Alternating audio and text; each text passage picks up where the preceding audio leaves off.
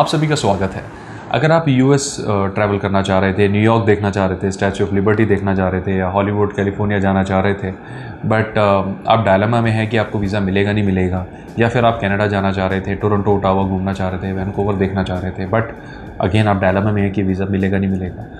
तो अगर ऐसा कुछ है तो इस वीडियो को ज़रूर देखें, क्योंकि इस वीडियो में हम travel history point of view discussion करेंगे। देखिए, चाहे यूएस आप जाएँ चाहे कनाडा आप जाएँ, थोड़ा बहुत ट्रैवल होना आपके लिए हमेशा एडवांटेज लेकर आता है। मैं ये नहीं कह रहा कि फ़्रेश पासपोर्ट पे वीज़ा नहीं मिलते, मैं ये कह रहा हूँ फ़्रेश पासपोर्ट पे वीज़ा मिलने के जो रेशियोज़ हैं वो बहुत कम होते हैं। तो ट्रैवल हिस्ट्री अगर होती है तो उससे वीज़ा मिलने का रेशियो बढ़ता ही बढ़ता है। अगर एक पर्सन का पासपोर्ट भरा हुआ है फिर भी उसका वीज़ा रिफ्यूज़ हो गया, क्यों? मैं आपको बताऊंगा ऐसा क्यों होता है। और एक पर्सन जिसके सिर्फ 2-4 कंट्री का ट्रैवल हो गया, उनको झट से वीज़ा मिल जाते हैं यूएस कनाडा का, ऐसा क्यों? ऐसा डिस्क्रिपेंसी आपको बहुत देखने को मिलेगी और ऐसा बहुत ज़्यादा है।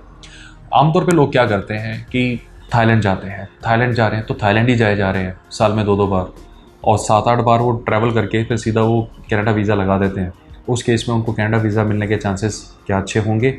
मेरे अकॉर्डिंग तो नहीं होंगे, क्योंकि वो सिर्फ एक ही कंट्री का सारा बार बार ट्रैवल दिखाए जा रहे हैं। It can not be justified कि वो सिर्फ ट्रैवलिंग के लिए जा रहे हैं। हो सकता है शुरू में कुछ 1-2 बार वो ट्रैवल के लिए गए हो, लेकिन अगर वो ज़्यादा बार गए हैं, 5-6 बार जा चुके हैं, तो बाकी बार जाने के उनके बिजनेस इंटरेस्ट या दूसरे इंटरेस्ट भी हो सकते हैं। तो कि कैनेडियन कॉन्सुलेट सोच सकता है कि आपने थाईलैंड के अलावा तो कुछ देखा ही नहीं हुआ और एक ही जगह पे आपके बार बार ट्रिप लग रहे हैं, doesn't justify you have a good travel history. Secondly, लोग चाइना जाते हैं, हमारे पास काफ़ी पासपोर्ट आते हैं जिसमें चाइना के लगातार ट्रैवल होते हैं। उस केस में भी वो क्लाइंट हमसे पूछते हैं कि क्या हम कनाडा का वीज़ा लगाएं, तो उनकी प्रोफाइल के हिसाब से हम उनको आंसर डेफिनेटली देते हैं, लेकिन ज़्यादातर आंसर यही होते हैं कि आपने सिर्फ चाइना ही ट्रैवल किया हुआ है। ऐसे केस में कनाडा का पॉजिटिव रिस्पॉन्स आने के चांसेस बड़े कम होंगे। क्यों? क्योंकि देखिए, चाइना बिज़नेस के लिए लोग जाते हैं। आपको लगता है चाइना में कुछ खास टूरिज़्म है? बिल्कुल है, बहुत बड़ा देश है, सुंदर देश है, कोई डाउट ही नहीं है। बट क्या 6-6, 7-7 बार जाने वाला वो देश है? नहीं है। आप 1 बार 2 बार जा सकते हैं चाइना, इससे ज़्यादा नहीं जा सकते। तो लोग इतनी बार चाइना जो जाते हैं वो सिर्फ बिज़नेस इंटरेस्ट के लिए जाते हैं। चाइना पूरी दुनिया की फैक्ट्री है, सब कुछ वहीं मैन्युफैक्चर होता है। तो जो लोगों ने वहाँ से ट्रेड करना होता है वो चाइना में जाके ट्रेड करते हैं, इसलिए वहाँ के वीज़ा भी आसानी से मिल जाते हैं। जब एम्बेसी वीज़ा ओपन होते हैं तो चाइना के वीज़ा इंडियन नेशनल्स को बड़े आसानी से मिलते हैं। तो इसीलिए चाइना की लगातार ट्रैवल हिस्ट्री होना भी डजंट जस्टिफाई कि आपको कनाडा का वीज़ा मिल जाएगा। यानी एक ही देश के बार बार ट्रिप से वीज़ा नहीं मिलता तो कैसे मिलेगा? सिंपल सी बात है। आप ये देखें कि सबसे पहले इंडिया के आसपास के देश क्या आपने ट्रैवल किए हैं? लेट्स सी, एक ट्रिप में आपने थाईलैंड मलेशिया कर लिया, या फिर एक ट्रिप में आपने दुबई या ओमान कर लिया, क्या उसके बाद सीधा कनाडा अप्लाई करें? मेरे अकॉर्डिंग तो नहीं, क्योंकि आपने एक ट्रिप के में इंडिया के आसपास के देश तो देखें। अब थोड़ा सा सर्कल और वाइड करते हैं, यानी पहले इंडिया के आसपास का सर्कल हो गया, आसपास की कंट्री थोड़ा सा और वाइड करते हैं, इसमें थोड़ी और दूर की कंट्री आ जाती है, जैसे टर्की आ जाता है, जैसे फिलीपींस आ जाता है, जैसे साउथ अफ्रीका आ जाता है। तो सेकंड ट्रिप में हम ये जस्टिफाई करते हैं कि आप इन कंट्रीज़ का ट्रैवल करें। अगर आप करना चाहें तो स्मार्ट तरीके से करेंगे, एडवांस परचेज में करेंगे तो बहुत सस्ते पे हो जाएगा। रिसेंटली हमारे क्लाइंट थे जिन्होंने टर्की और इजिप्ट का ट्रिप अप्रॉक्सीमेटली 1,30,000 रुपये में कर दिया, including visa and everything, flight उनका अपना पर्सनल छोटा मोटा खर्चा मिला के भी, क्योंकि उन्होंने 2 महीने पहले बुकिंग करवा ली थी। यानी लाख से 1.5 लाख के बीच में 2 कंट्री का ट्रिप किया जा सकता है। कुछ क्लाइंट्स हैं उन्होंने तो रोमानिया बुल्गारिया के भी ट्रिप किए थे पास में, वो भी इसी बजट के आसपास। यानी एडवांस परचेज में आप इतनी स्मार्ट तरीके से ट्रैवल भी कर सकते हैं। ये पैसा आपने खुद पे स्पेंड किया, आपने दुनिया देखी, आपने अननेसेसरी वेस्ट नहीं किया, तो ये काउंट होएगा, नेचुरली काउंट होएगा। आपको नए एक्सपीरियंस मिले, नई दुनिया देखने को मिली और ट्रैवल हिस्ट्री तो बनी, वो एडिशनल एसेट है, राइट? सिमिलरली लोग फिलीपींस जाते हैं, फिलीपींस के साथ वियतनाम क्लब कर देते हैं, फिलीपींस जाते हैं तो आसपास के देश जैसे इंडोनेशिया वगैरह भी वो लोग ट्रैवल करते हैं, तो ये एक एडिशनल एसेट बनता है। ओके, तो सेकंड सर्कल हो गया ये।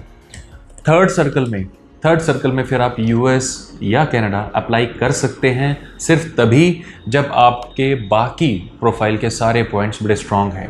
देखिए, पॉइंट सिस्टम भी होता है, यूएस में भी होता है और कनाडा में तो होता ही है। यानी कहीं ना कहीं आपकी प्रोफाइल को पॉइंट्स के रूप में जज किया जाता है। आपके अकाउंट बैलेंस कितने हैं, इतना है, आपका इनकम इतना है तो एक्स्ट्रा पॉइंट हो गए, आप मैरिड हो एक्स्ट्रा पॉइंट हो गए, आपने पास में ट्रैवल किया हुआ है तो एक्स्ट्रा पॉइंट, ऐसे पॉइंट जुड़ते चले जाते हैं। ओके, अगर आप मानते हैं कि भाई मैं टर्की या फिलीपींस या साउथ अफ्रीका नहीं ट्रैवल करना चाहता और इस सर्कल को थोड़ा सा और वाइड करके मैं इसमें शेंगन को ऐड करना चाहता हूँ, ऑस्ट्रेलिया को ऐड करना चाहता हूँ, जापान को ऐड करना चाहता हूँ, तो क्या वो पॉसिबल है? बिल्कुल पॉसिबल है। बट अगेन, अगर सक्सेस रेट जो टर्की, साउथ अफ्रीका और फिलीपींस वाले सर्कल का आपकी प्रोफाइल के हिसाब से 90% था, तो इस सर्कल का सेम प्रोफाइल के हिसाब से 80% फिर भी रहेगा। तो इट्स वर्थ टेकिंग रिस्क। उस केस में आपकी प्रोफाइल बहुत इंटेलिजेंटली बनी हुई होनी चाहिए और आपकी फाइल की presentation should be very up to the mark. आपको पता होना चाहिए कि काउंसलेट कौन से काउंसलेट में आप लगा रहे हैं, अकॉर्डिंगली चेकलिस्ट के अकॉर्डिंगली आपके सारे डॉक्यूमेंट्स पूरे हो रहे हैं, आपके सारे क्रेडेंशियल्स एक दूसरे के साथ मैच हो रहे हैं। अगर सब कुछ अप टू द मार्क है और वापस आने के रीज़न अच्छे हैं तो लगाएं, डेफिनेटली लगाएं। अगर आपका ये जो सेकंड सर्कल की हमने बात करी है वाइड कर गया, यानी शेंगन, ऑस्ट्रेलिया वाला, जापान वाला, तो क्या उसके बाद कनाडा, यूएस अप्लाई करें? डेफिनेटली अप्लाई करें। उसके बाद भी आप डेफिनेटली अप्लाई कर सकते हैं, क्योंकि हमने कनाडा को सीधा सीधा बताया, यूएस को सीधा सीधा बताया जी, हमने इंडिया के आसपास के देश भी देख लिए, हमने उससे दूर जाके भी देखा, but I have never been to US, I have never been to Canada. तो उस केस में आप जस्टिफिकेशन अच्छे से दें कि आप जा क्यों रहे हैं, पर्पस को डिफाइन करें और वापस आने के रीजंस को भी वहाँ पे जस्टिफाई करें कि आप वापस क्यों आएंगे। आपका बिजनेस है, आपकी जॉब है या गवर्नमेंट जॉब है, तो ये चीज़ें आपकी हेल्प करती हैं। डेफिनेटली लगाएं। अपनी फैमिली की डिटेल्स बताएं। कनाडा में तो बाकायदा एक फॉर्म होता है जिसमें फैमिली की पूरी डिटेल्स लिखी जाती है, तो वो क्यों ज़रूरी होता है? वो आपके वापस आने के रीजंस को जस्टिफाई कर देता है। ओके, तो इसीलिए ये ट्रैवल हिस्ट्री अगर आप स्मार्ट तरीके से बनाते हैं, दोनों सर्कल का ट्रैवल भी आपका टोटल मिला के मेरे अकॉर्डिंग 3 to 4 लाख से ज़्यादा खर्चा नहीं है, जिसमें आप 5 to 6 कंट्रीज़ का भी ट्रैवल कर सकते हैं इसी बजट में, इंक्लूडिंग शेंगन स्टेट्स, राइट। तो और इंक्लूडिंग जापान वगैरह भी, या आइदर वन ऑफ दोस्त, दोनों को मिला के नहीं कह रहा मैं, आइदर वन ऑफ दोस्त। तो इतने बजट में आपने इतना अच्छा ट्रैवल हिस्ट्री भी किया। ओके, अब क्या ये back to back travel history होनी चाहिए? मैं इस महीने यहाँ गया, अगले महीने वहाँ गया, अगले महीने वहाँ गया और अगली बार यूएस लगा देता हूँ। आपने तो कहा था सारा ट्रैवल होना चाहिए, मैंने कर लिया, बट फिर भी यूएस रिफ्यूज़ हो गया, कनाडा रिफ्यूज़ हो गया। बिल्कुल होना ही था। एक ही साल में अगर आप 4 ट्रिप कर रहे हैं तो आपको नहीं लगता काउंसलेट सोचेगा कि भाई इतना ज़्यादा पैसा कहाँ से आ रहा है या इतना ज़्यादा फाइनेंस आप कैसे कर पा रहे हैं? सोचेगा, राइट? क्योंकि वो डेस्परेशन लगेगा। उसमें आप सीधा सीधा हिंट दे रहे हो, हमने तो ट्रैवल हिस्ट्री सिर्फ यूएस जाने के लिए बनाई है या सिर्फ कनाडा जाने के लिए बनाई है। आपके ट्रैवल में एक रीज़नेबल गैप होना चाहिए, यानी हम रिकमेंड करते हैं 4 to 5 मंथ का गैप आप रखें अपने एक से दूसरे ट्रैवल के बीच में होना चाहिए, ताकि आप जो आपने खर्चा कराया है वो दोबारा आप कमा सकें, रिकवर कर सकें। फिर उसके बाद आप नया ट्रैवल पॉइंट चूज़ करें और फिर अपने ट्रैवल प्लान्स को अपना इंप्लीमेंट करें। यानी 4 to 5 मंथ्स का एक रीज़नेबल गैप रखें। यानी इसका मतलब कोई फ्रेश पासपोर्ट है तो 1 साल का तो ट्रैवल हिस्ट्री चला गया, राइट? दूसरे साल में भी हो सकता है उसको ट्रैवल करना पड़े, यानी 2 ट्रिप पहले साल में कर दिया और तीसरा यानी यूएस या कनाडा वो दूसरे साल में लगाने वाला है। एग्जैक्टली ऐसा ही होना चाहिए। एक ही साल में सारा ट्रैवल इज़ नॉट रिकमेंडेड अगर आपका फ्रेश पासपोर्ट और यूएस कनाडा का प्लान है तो। अदरवाइज पहले साल में ट्रैवल को ऊपर ध्यान दें, अपनी प्रोफाइल पे ध्यान दें और उसके बाद फिर गैप दे के फिर कनाडा अप्लाई करें। हो सकता है कि आपने पास में दुबई पहले से ही ट्रैवल कर रखा हो, थाईलैंड, सिंगापुर पहले से ट्रैवल कर रखा हो, तब क्या, वेरी गुड। अगर आपकी ये ट्रैवल हिस्ट्री ऑलरेडी है तो उसके बाद सीधा आप सेकंड सर्कल में जाएं जो हमने डिस्कस करा था, यानी टर्की, फिलीपींस, साउथ अफ्रीका, या फिर सेकंड सर्कल का वाइडर पॉइंट जो हो सकता है शेंगन, जापान या ऑस्ट्रेलिया। ओके, इनको आप चूज़ कर सकते हैं। उसमें आपको फिर 1 साल वेट करने की ज़रूरत नहीं है। फिर आप यहाँ पे ट्रैवल करें और फिर 3-4 मंथ्स के बाद या 5 मंथ्स के बाद, अकॉर्डिंगली आपके प्रोफाइल पे डिपेंड करता है टाइम जो है, 4 to 5 मंथ के बाद आप यूएस अप्लाई करें, या कनाडा जाना चाह रहे थे तो कनाडा अप्लाई करें। इस पॉलिसी को किसी भी एम्बेसी ने ऑफिशियली डिक्लेयर नहीं किया हुआ। ये सजेशंस, कोई लीगल सजेशन किसी भी काउंसलेट, किसी भी हाई कमीशन या एम्बेसी द्वारा नहीं बताए गए हैं। तो आप ये ना सोचें कि जो मैं आपको बता रहा हूँ वो उनकी लैंग्वेज है, उनकी लैंग्वेज तो है ही नहीं। ये वो सारी चीज़ें हैं जिससे हम रिफ्यूज़ल से बच सकें। हमारा मेन फोकस होता है वीज़ा सक्सेस का, और सक्सेस के सबसे अगेंस्ट जो है या सबसे बीच में जो आता है वो रिफ्यूज़ल आता है। तो हमारा टारगेट है रिफ्यूज़ल से बचना, दैट्स ऑल, राइट? तो ये सारी चीज़ें देखी जाती हैं, ऑब्जर्व की जाती हैं और एडवाइस दी जाती हैं अकॉर्डिंगली।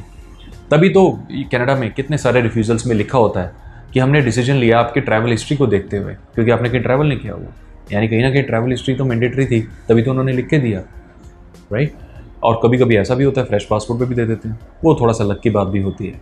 फ्रेश पासपोर्ट पे भी वीज़ा मिलते हैं, वो एक डिफरेंट कंसेप्ट है, डिफरेंट टॉपिक है, जिसमें काफ़ी डिटेल में हम डिस्कशन कभी नेक्स्ट टाइम करेंगे, डेफिनेटली करेंगे।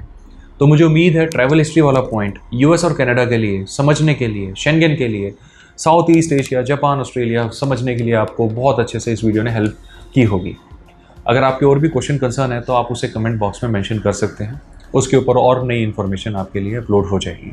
अगर आप हमारी हेल्प चाहते हैं किसी भी कंट्री में ट्रैवल करने के लिए, वीज़ा के लिए या ट्रैवल अरेंजमेंट्स के लिए, तो आप दी हुई डिटेल्स पे आप हमें कॉन्टैक्ट कर सकते हैं। अपना समय देने के लिए धन्यवाद। आपका दिन शुभ रहे। बहुत जल्द फिर मिलेंगे। बाय।